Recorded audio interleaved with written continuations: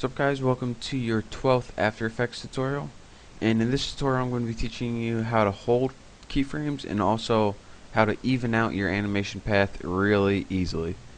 So the first thing that I'm going to want to do is teach you guys how to hold keyframes. Now what holding a keyframe means is this. If you go to our animation and watch, you see that Charlie the Chupacabra is going to go along this motion path in a nice smooth manner, just like that. But sometimes you're going to want them to jump from one keyframe to another, and this is called holding a keyframe. It holds the object at one keyframe until it gets to that point in time where it reaches the other keyframe, and then it makes them jump to that keyframe. So go ahead and select whatever keyframe you want to hold. I'm going to go ahead and select the first one since I'm going to want to hold them on the first one. Once you have the first keyframe or any keyframe selected, go up to Animation, go down to Toggle Hold Keyframe. And as you can see, this dotted line now changed to a straight line. And when we play our animation, it's going to hold Charlie here until he gets to this point in time, and then it's going to jump him to the next keyframe. So let's watch it in action. As you can see, Charlie stayed at the first keyframe until it was time to go to the second keyframe, which it held him there. Now remember, whatever keyframe you hold, it's going to hold him there until it gets to the next keyframe. So if you're going to hold your last keyframe, it's not going to do anything. It's going to be worthless. So another easy way that you can do this is hold down the Control Alt tab. It's a Control Alt and click your keyframes. This is a really easy way that you can toggle them on and off. So let me just play you guys that real quick. Show you guys what that means.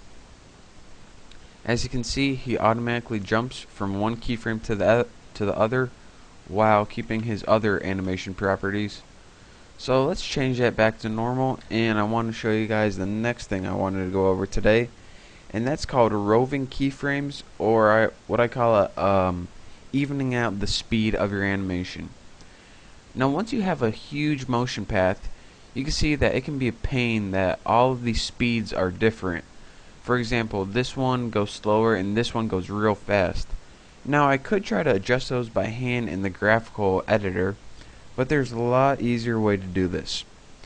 First we need to open up our graphical editor so we can see what's going on, and now we can see the speed of Charlie.